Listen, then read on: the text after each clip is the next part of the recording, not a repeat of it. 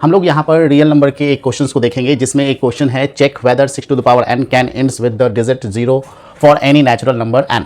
मतलब n के किस मान के लिए जो है 6 टू द पावर n का वैल्यू अगर लें तो वह 0 से एंड हो। तो हम लोग जानेंगे ये बात कि किसी भी नंबर के 0 से एंड होने के लिए हमें फैक्टर के फॉर्म में दो चीज़ चाहिए, 2 और 5। अगर किसी भी नंबर्स का फैक्टर में 2 और 5 आता है तो वही जो होगा एंड करेगा 0 के साथ, उसका पावर हो या फिर वो नंबर सेल्फ हो। लेकिन अगर 2 और 5 में से कोई एक नंबर या 2 मिस हो जाए या फिर 5 मिस हो जाए तो उसमें से उसका पावर जो होगा 6 टू द पावर n हो या 2 टू द पावर n हो, कोई भी नंबर्स रहे, 15 टू द पावर n हो, इनमें से कोई भी जो होगा उसमें से कोई एक नंबर अगर मिसिंग है फैक्टर के फॉर्म में तो उसका एंड्स जो है 0 के साथ नहीं होगा। तो यहाँ पर हम लोग देखेंगे कि 6 टू द पावर n का सबसे पहले हमने फैक्टर फाइंड आउट किया। 6 टू द पावर n को लेंगे तो 6 का फैक्टर होता है 2 इंटू 3 और इसका पावर जो है n के फॉर्म में आ जाएगा। तो यहाँ पर जो है इसको हम लोग ब्रैकेट को ब्रेक करेंगे तो यहाँ पर आ जाएगा 2 to the power n into 3 to the power n आएगा। तो किसी भी नंबर के इंड्स विथ 0 से होने के लिए 5 एज अ फैक्टर चाहिए। तो 2 ends with the digits 0, 6 to the power n must have 5 as a factor, मतलब 5 हमारा फैक्टर के फॉर्म में होना ही चाहिए। लेकिन यहाँ पर जो है 6 टू द पावर n का सिर्फ 2 ही फैक्टर है, 2 और 3 एक फैक्टर है। और हम लोग फंडामेंटल थ्योरम ऑफ अरिथमेटिक से ये बात जानते हैं कि किसी भी प्राइम फैक्टराइजेशन में कोई भी नंबर का अगर हम लोग प्राइम फैक्टराइजेशन का निकालते हैं तो वह यूनिक होता है। किसी भी नंबर के लिए प्राइम फैक्टराइजेशन क्या होता है? यूनिक होता है।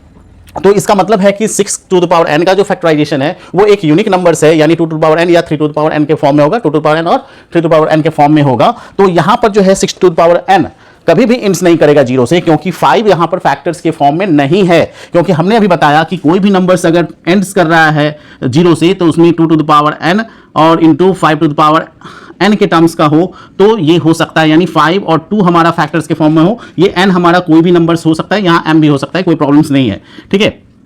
तो यहां पर जो है अगर 2 और 5 कोई भी फैक्टर्स हो तो हमारा आ सकता है और अदरवाइज नहीं आएगा। तो यहां पर हमारा देखेंगे कि 6 to the power n can never ends with 0, क्योंकि यहां पर क्या है 5 जो है फैक्टर नहीं है।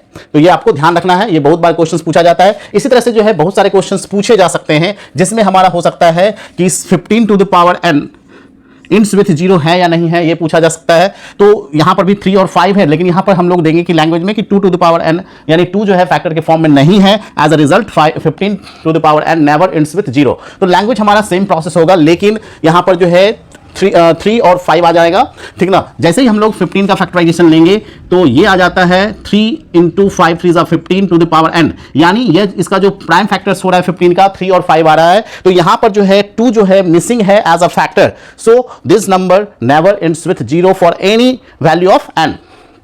तो ये आपको ध्यान रखना है। इसी तरह से और भी क्वेश्चंस हो सकते हैं, ठीक है। तो जैसे मान लेते हैं 8 टू द पावर n हो सकता है, 9 टू द पावर n हो सकता है, ठीक है, और 25 टू द पावर n हो सकता है।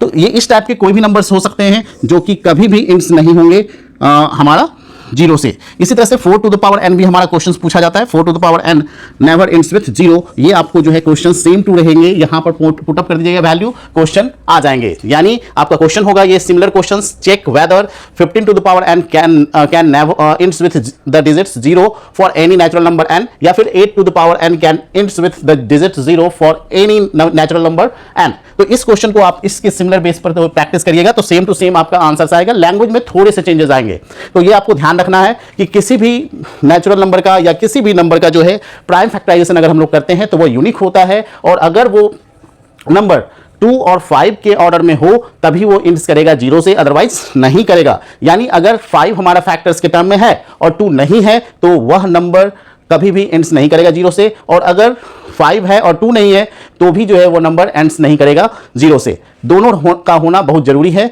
तब वो जो है इंड्स करेगा 0 से। अगर मान लेते हैं कि कोई भी नंबर ऐसा हो जाए, जैसे मान लेते हैं कि हम 20 टू द पावर n का अगर बात करें तो ये इंड्स कर रहा है कि 0 से कि नहीं, तो इंड्स विथ 0 अगर है तो यहां पर हो जाएगा 4 5 20, और यहां पर जो हो जाएगा 2 टू द पावर 2 हो जाएगा, और ये n करेंगे तो n into 5 to the power n। Since इसका जो 20 का फैक्टर्स है वो 2 और 5 के टर्म्स में है, एज अ रिजल्ट जो होगा 20 to the power n ends करेगा 0 से अगर हम n का कुछ भी वैल्यू लें। तो जैसे फॉर एग्जांपल चेक कर सकते हैं, 20 का स्क्वायर लीजिए तो ये आ जाएगा 400, अगर 20 का क्यूब लीजिए तो हो जाएगा 8000, तो हमेशा एंड्स करेगा 0 से, अगर फैक्टर्स होंगे तब, अदरवाइज नहीं होंगे। ठीक है, तो आपको ये बात समझ लेनी है। तो इसी तरह से जो है कोई भी कंसेप्ट रहेंगे तो उसको आपको ध्यान रखना है कि किस टाइप के क्वेश्चंस में एंड्स करेगा 0 से और किस टाइप के नहीं करेंगे। तो ये आप सिमिलर क्वेश्चंस को प्रैक्टिस करिए, तो इससे आपको आसानी हो जाएगी। अगर कोई प्रॉब्लम्स है तो हमें आप मैसेज में